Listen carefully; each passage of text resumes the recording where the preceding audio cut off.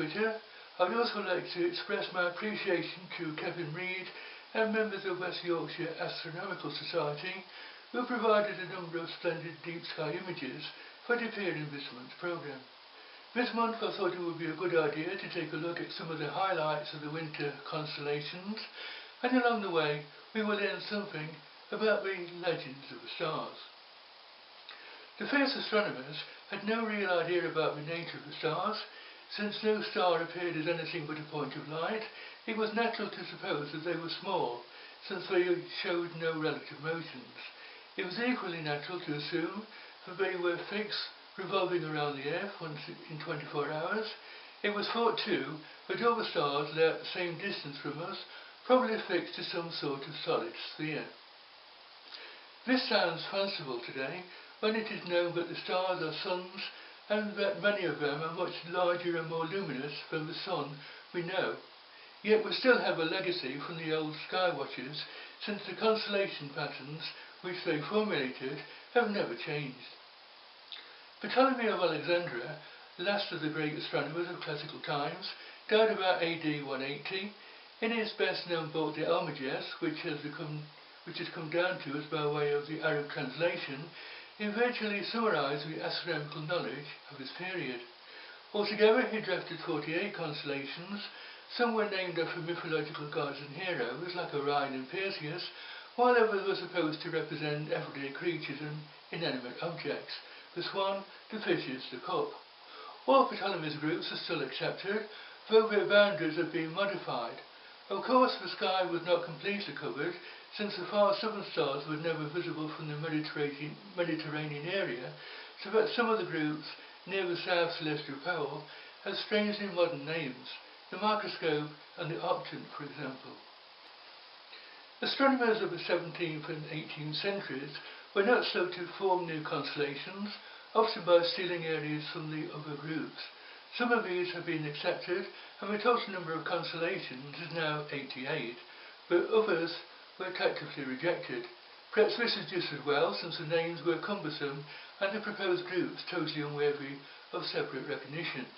Typical examples are Sceptrum Brandenburgium, the Sceptre of Brandenburg, Officiana Topographica, the printing press. All of which, together with others, are to be found on the star maps drawn up by German astronomer John Elliott Bode about 1780. In 1922, a commission of the International Astronomical Union took the whole matter in hand and fixed the boundaries of the various constellations with great precision. Even so, it cannot be said that the system is logical. Neither do the constellations in general have outlines which correspond even remotely with the objects after which they are named. It takes a highly fertile imagination to make a hunter out of Orion, a bear out of a great bear, or a ship out of Argo Navis. Only in a few minor cases, such as the Triangulum and Northern Crown, are the names reasonably appropriate. Another point of importance is that there is no such thing as a constellation in the real sense of the word. In most cases, the various stars in any particular group are not associated with each other and simply happen to lie in more or less the same direction as seen from Earth. To show what it meant, it would be best to consider Orion the Hunter, which is among the most spectacular of the constellations and which dominates the evening sky during winter and early spring. Orion is so distinctive that it can hardly be overlooked. It has 7 bright stars, of which 2, Betelgeuse and Rigel, are particularly prominent. The most casual glance shows that Betelgeuse and Rigel are entirely different. Rigel is almost pure white and is exceptionally luminous. A recent estimate makes it about 50,000 times as powerful as the Sun, and its distance from us is in the region of 900 light years. Betelgeuse has a strongly orange-red hue and is not so luminous, but to compensate for this, it is of immense size. Its diameter is thought to be 250 million miles, 15 times more massive than the Sun, so that it is large enough to contain the entire orbit of the Earth. It is 520 light years away, so that the real distance between Betelgeuse and Rigel is comparable to the distance between Betelgeuse and us. On the other hand, Kappa Orionis, or Syath, the star in the lower left-hand corner of the Orion figure, has a distance of more than 2,100 light years and is not truly associated in any way with other Betelgeuse or Rigel. Orion then is our first port of call, where the most famous feature is Messier 42, the Great Nebula, a misty patch just below the Hunter's Belt. Nicolas Claude de Présac, who was born on December 1st, 1580, in France, was the first person to discover the Orion Nebula in 1610, soon after the invention of the telescope. Messier 42 is of a type known as an emission nebula and is of magnitude +4. It lies at a distance of around 1,300 light years and has a radius of 12 light years. The Orion Nebula can easily be seen in binoculars or small telescopes, while its splendour can best be appreciated by positioning it just outside the field of view of a low-power eyepiece and allowing the nebula to drift across the field. An emission nebula is a cloud of ionised gas emitting lights of various colours. The most common source of ionisation is high-energy photons emitted from a nearby hot star of stars. Among the several different types of emission nebula are H2 regions, in which star formation is taking place, and young massive stars are the source of the ionising photons. M42 is dominated by the trapezium, also known as C2 Orionis, which is a cluster of 5 bright stars formed out of the Parent Nebula. These 5 stars are in the order of 15 to 30 solar masses in size. They are within a diameter of 1.5 light years of each other and are responsible for much of the illumination of the surrounding nebula. Nearby is the gaseous nebula Messier 78, which has an apparent magnitude of +8.3. On the clearest nights, it can be glimpsed with 10 by 50 binoculars, while the images appear to show the depiction of a running man in the dark dust cloud fronting the nebula. The long-period variable star U Orionis is orange-red in colour. It varies from +4.8 to 13 in a period of 368 days. At maximum brightness, which is expected at the end of March 2014, it is well within naked eye visibility, so now is the best time to observe it. The star lies to the upper right of Orion's belt. Returning to the line of sight effect of the stars, an even more graphic case is provided by Aldebaran in Taurus, the Eye of the Bull. A brilliant orange-red star almost in line with Orion's belt to the upper right, extending from it may be seen a pattern of several much fainter stars, making a rough V, are comprising the Hyades cluster. Aldebaran is an orange giant star located about 65 light years distant. It is the brightest star in the constellation and is the 13th brightest star in the night sky. At first sight, it looks as though Aldebaran is situated in the Hyades, but this is not so. Aldebaran lies about halfway between the cluster of the Sun and has a different motion through space. The same principle may be applied to the planets, which are relatively very close. When we say that a planet is in a particular constellation, such as Capricorn or Aquarius, what we really mean is that the planet is seen against a background of totally unrelated stars, making up a chance pattern which has been given an arbitrary name. The centre of the Hyades lies at a distance of 130 light years and is about 8 light years in diameter, and the stars are believed to be 400 million years old. The Hyades are only a small part of the Taurus moving cluster, a loose aggregation containing many fainter members. The entire group is drifting slowly through space towards a point a few degrees east of Betelgeuse in Orion. Above and to the right of the Hyades is Messier 45, the Pleiades, also known as the Seven Sisters, which is the most famous open cluster in the night sky. The cluster is easily visible to the naked eye. You should be able to see several of the stars, while binoculars show the Pleiades beautifully. The cluster is dominated by hot blue and extremely luminous stars that have formed within the last 100 million years. The cluster is associated with dust that forms a faint reflection nebula around the brightest stars. The Crab Nebula, Messier 1, is located 1 degree northwest of Zeta Tauri, the star that marks the lower southern tip of the Bull's Horn. The nebula is at magnitude +8.4, so that the Crab Nebula is a fairly easy object in a 3-inch telescope. It appears oval like a tiny hazy globule. The Crab Nebula was formed as a result of a supernova explosion in the year 1054. The Crab Nebula is what astronomers term a planetary nebula, which is misleading since they have nothing to do with planets.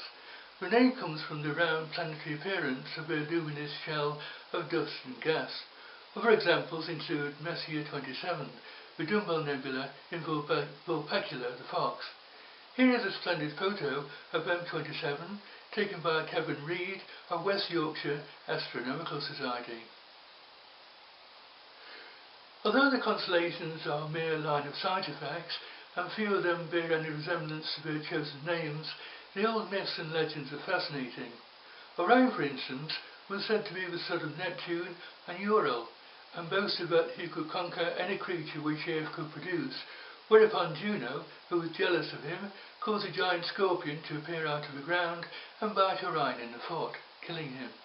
Some say the pleadings of Diana, goddess of hunting, led to his being placed in the heavens directly opposite the scorpion, Scorpio, so that he should suffer no further harm from it. Orion and Scorpio may never be seen together. When one is above the horizon, the other is below. Another legend relates how Diana fell in love with Orion and thus angered Apollo, who persuaded her to try her skill at archery by shooting at a certain object in the sea. She aimed and hit the mark, which proved to be Orion's head, who had been wading in the waters. Diana's arrow having killed him, the goddess placed him among the stars. Orion, as befits a mighty hunter, has his retinue around him. In particular, there are two dogs, Canis Major and Canis Minor. The first contains Sirius, the brightest star in the entire sky. In point of fact, it is much less luminous than a giant such as Rigel, and is a mere 26 times as brilliant as the Sun, but it is also one of the nearest stellar neighbours and lies at a distance of 8.5 light-years. There are various other moderately bright stars in the group, but the outline of the dog is not well marked. About 4 degrees south of Sirius is a bright open cluster Messier 41, which is easily visible in binoculars. The cluster lies at a distance of 2,300 light-years and contains about 25 bright stars and many fainter members scattered over an area about the size of the full moon. There is an orange-red star near the centre that can be picked out with binoculars. VY Canis Majoris is one of the largest stars yet discovered. This red hypergiant sits 3,500 light-years away in the constellation of Canis Major. Its estimated radius is 1,420 times that of the Sun, and due to its extreme luminosity, it is viewable in binoculars. The star's magnitude varies from plus 6.5 to 9.6, half a million times brighter than our Sun. Some scientists say that VY Canis Majoris would extend past Saturn's orbit were it placed in our solar system. Having lost approximately half of its mass, VY Canis Majoris is an old star expected to have a mere 1 million years left of its lifespan before it erupts into a powerful supernova. Due to the star's size, temperature and energy, scientists have used VY-CMA to study supergranules, enormous cells of gas that are formed inside the star, rise to the surface, and are ejected out into space to cool into molecules. VY Canis Majoris is surrounded by an extensive nebula that shows condensations that are believed to be stars. The nebula has been extensively studied with the aid of the Hubble Space Telescope, which reveals a complex structure with filaments and arcs caused by past eruptions. These stellar events have been noted in other massive stars, such as Betelgeuse. Canis Minor has one bright star, Procyon. The rather barren area between the dogs is filled by Monoceros, the unicorn, which has nothing to do with Orion and was added to the sky by Hevelius in 1690. Also in the winter sky, another small constellation, Lepus the Hare, is one of Ptolemy's original 48, presumably because the legends tell us that Orion was particularly fond of hunting hares. Lepus is found, aptly enough, below the hunter's feet. Not far from Orion lies the constellation of Gemini, the twins. The twins themselves, Castor and Pollux, are represented by two bright stars and usually close together in the sky, but once more there is no real connection, since Castor is a full 10 light-years farther away from us. The two may be found by using an extended line from Rigel through Betelgeuse as a pointer, while the rest of Gemini is made up of several lines of stars extending roughly from Castor and Pollux in the general direction of Betelgeuse. Gemini is easy to locate at the moment because it is dominated by the brilliant planet Jupiter, which lies in the middle of a constellation. The bright open cluster Messier 35 lies a little above and to the right of the star Eta Gemini, Propus. It is visible to the unaided eye in the ideal dark sky conditions, while binoculars will show the cluster really well. Messier 35 covers an area the size of the full moon, and with small telescopes the region represents a glorious field, with stars ranging from magnitude +9 to 16. Jason's ship the Argo is also to be found in the sky, but unfortunately it lies so far south that little of it rises in Britain. Its leading star, Canopus, is the brightest star in the heavens apart from Sirius, but it can never be seen in our latitudes and only just rises above the horizon in Ptolemy's hometown of Alexandria. Argos is so huge that it has been convenient to divide it into several parts, of which the most important are Carina the keel, Vela the sails, and Puppis the poop. Another of Ptolemy's original groups is Auriga the charioteer, or wagoner. It is marked by one particularly bright star, the yellow Capella, which is almost overhead in Britain during winter evenings, so occupying the zenith position, taken during the summer evenings by the equally bright bluish Vega. Close to Capella are three fainter stars arranged in a triangle, known collectively as the Hasdi or Kids. Epsilon Auriga, at the apex of the triangle, is an exceptionally interesting object which has puzzled astronomers for many years. New observations from NASA's Spitzer Space Telescope, in combination with archive ultraviolet, visible and other infrared data, point to one of two competing theories and a likely solution to the age-old puzzle. One theory is that the bright star is a massive supergiant, periodically eclipsed by two tight-knit stars inside a swirling dusty disk. The second theory holds that the bright star is in fact a dying star with a lot of less mass, periodically eclipsed by just a single star inside a disk. The Spitzer data strongly support the latter theory. Epsilon Auriga is more than 2,000 light-years distant, whereas Capella, at only 45 light-years, is relatively close to us. The area of sky enclosed by the polygon of stars, which forms the main part of the constellation, is rich in star fields that are visible in binoculars. There are two relatively bright open clusters to be found here, Messier 36 and Messier 38, with Messier 37 just outside. Messier 36 is a young open cluster with approximately 60 stars, most of which are relatively bright. However, only about 40 stars are visible in most amateur instruments. Messier 37 is an open cluster larger than M36, and at a distance of 4,200 light-years, it has 150 stars, making it the richest cluster in Auriga. The most prominent member is an orange star that appears at the centre. An M38 is a diffuse open cluster at a distance of 3,900 light-years, the least concentrated of the three open clusters in Auriga. The mythological Auriga was Eratosthenes, son of Vulcan, the Olympian blacksmith. Eratosthenes was born deformed and was reared by Minerva without the knowledge of the other gods. When he reached manhood, he became king of Athens and invented a four-horse chariot, for which Jupiter rewarded him by placing him in the sky. Turning now to the northern groups, we must say something about the two bears, Ursa Major and Ursa Minor. The famous pattern of 7 stars making up the Plough is only part of Ursa Major, though the rest of the constellation is inconspicuous. Ursa Minor contains a pole star, Polaris, which is highly luminous and which lies at a distance of nearly 700 light-years. Ursa Major was originally Callisto, attendant to the goddess Juno, and daughter of King Lyson of Arcadia. Her beauty surpassed Juno's own, and the jealous goddess was enraged as a result. To protect Callisto, Jupiter changed her into a bear.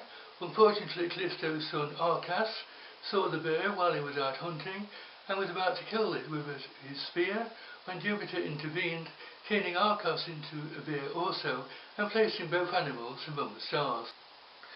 During winter evenings, the Plough asterism, which is made up of 7 bright stars, can be seen standing on its tail in the northeastern sky. The top 2 stars, Merak and Dubhe, are known as the pointers because they lead the way across the sky to the pole star. Then we come to the Fad, followed by the 4 stars of the handle, Megrez, Eliaf, Alcor and Elkad. Alcor and Mars are also known as the Horse and Rider. It is an easy double star visible in binoculars and is known to be a test for keen eyesight. In the field is another faint star known by the odd name of Sidious Ludwiganium. This is named by an eccentric German amateur astronomer, John Georg Leibniz, in 1722, who thought he had discovered a new planet and named it after a contemporary German prince, Landgrave Ludwig Hass of Darmstadt. However, the star Merak, one of the pointers, is of importance at this time of year. A little below Beta Majoris can be found Messier 97, also called the Owl Nebula, which is a planetary nebula 1,630 light-years from the Earth. It has a magnitude of approximately +10.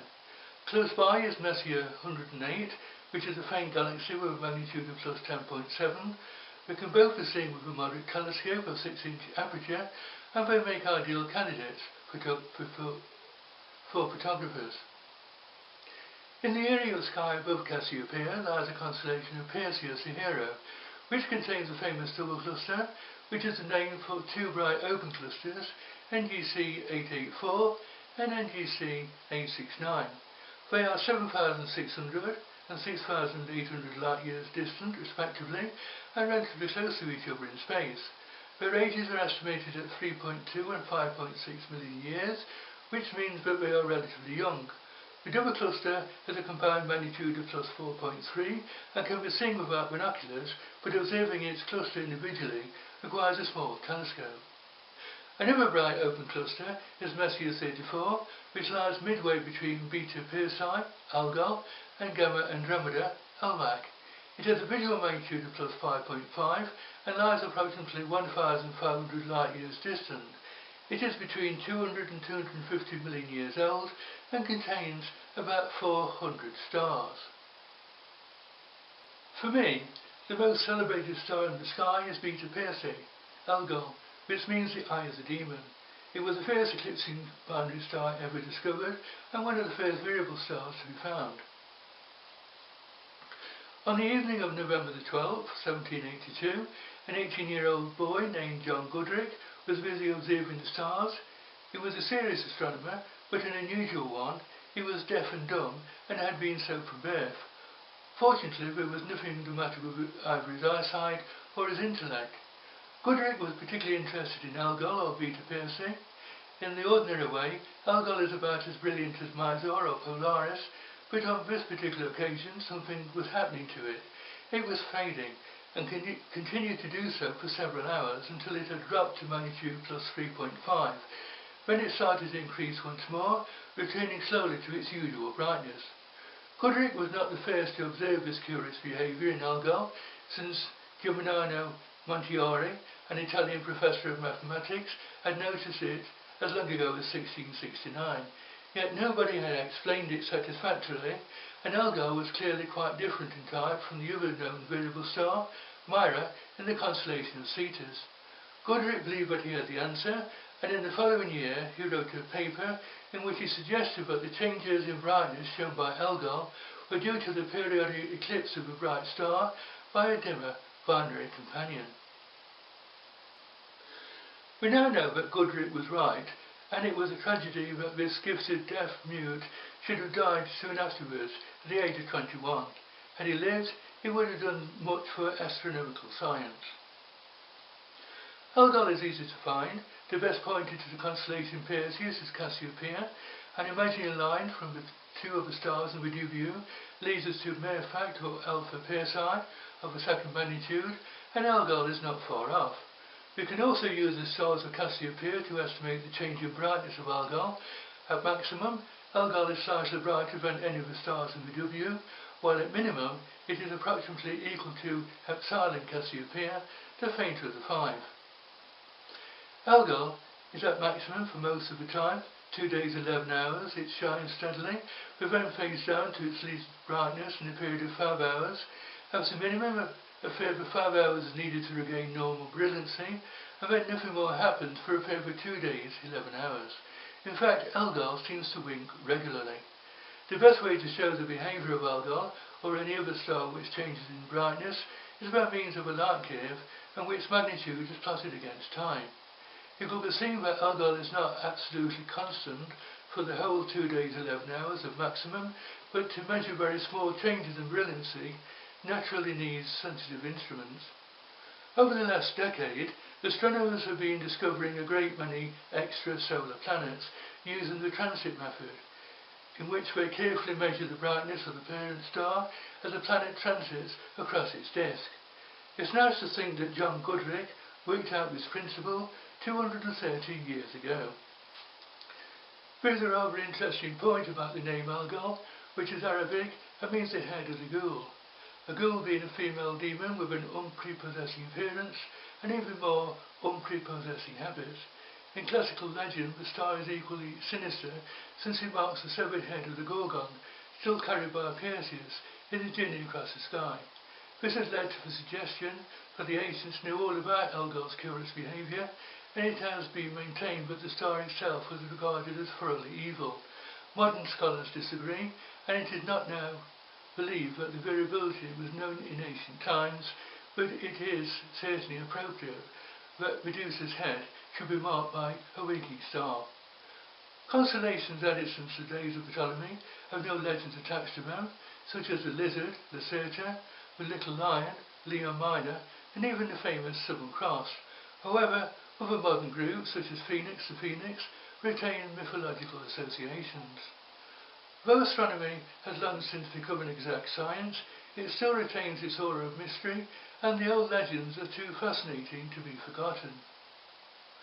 There are a lot of sights on view in the wintry night sky at the moment, many of which are visible in a pair of 10 by 50 binoculars. I anticipate that you are now inspired enough to go out into the garden and use binoculars to view some of the deep sky objects now on view. Please let me know how you get on. That's all we have time for this month. Thank you for watching. The next programme will be available from March the 1st, so please make a note in your diary. Until then, goodbye for now.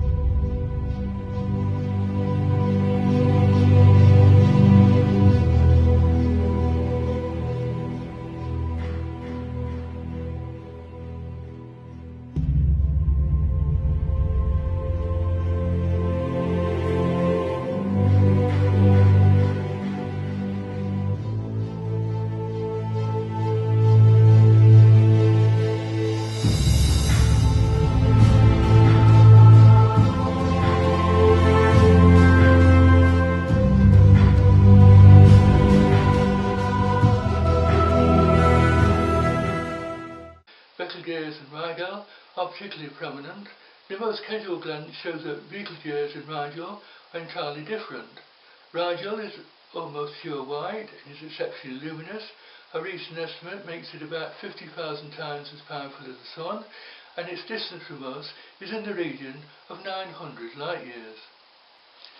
Betelgeuse has a strongly orange-red hue and is not so luminous, but to compensate for this, it is of immense size. Its diameter is thought to be 250 million miles, 15 times more massive than the Sun, so that it is large enough to contain the entire orbit of the Earth. It is 520 light years away, so that the real distance between Betelgeuse and Rigel is comparable to the distance between Betelgeuse and us. On the other hand, Kappa Orionis, or Sciath, the star in the lower left-hand corner of the Orion figure, has a distance of more than 2,100 light years and is not truly associated in any way with either Betelgeuse or Rigel. Orion, then, is our first port of call, where the most famous in 1922, a commission of the International Astronomical Union took the whole matter in hand and fixed the boundaries of the various constellations with great precision. Even so, it cannot be said that the system is logical, neither do the constellations in general have outlines which correspond even remotely with the objects after which we are named.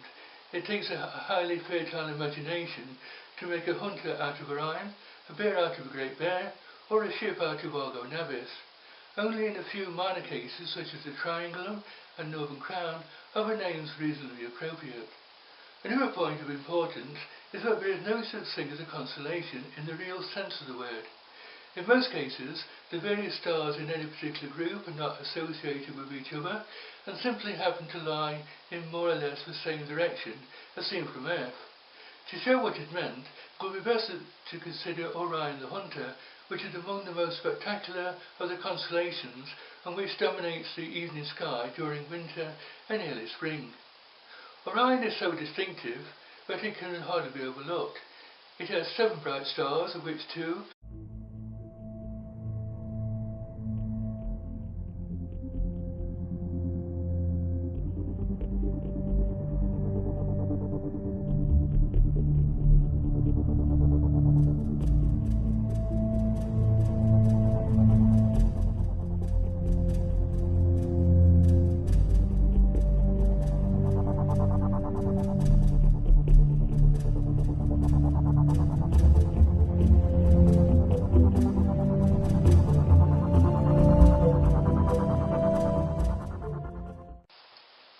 Good evening.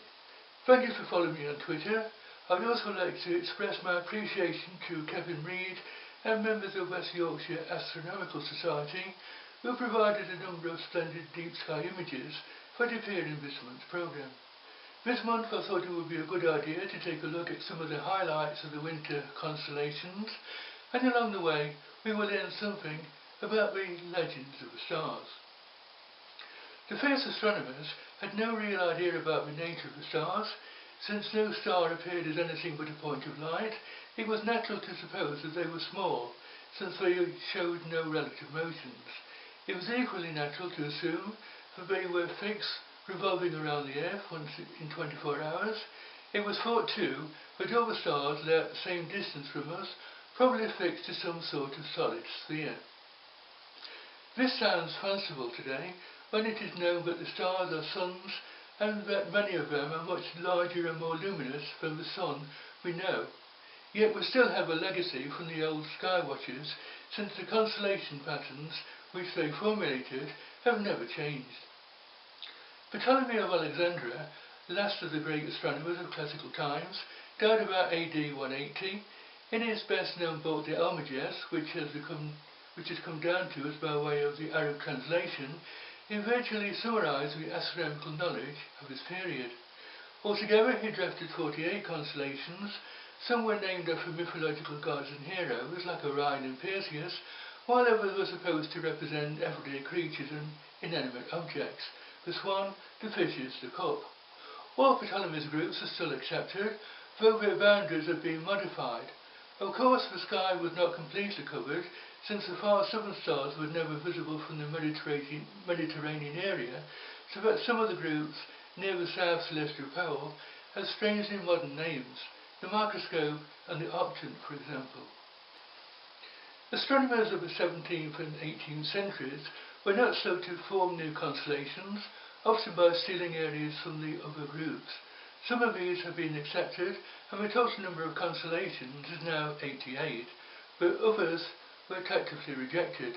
Perhaps this is just as well, since the names were cumbersome and the proposed groups totally unworthy of separate recognition. Typical examples are Sceptrum brandenburgium, the Scepter of Brandenburg, Officiana Typographica, the printing press. All of which, together with others, are to be found on the star maps drawn up by German astronomer John Elliott Bode about 1780. In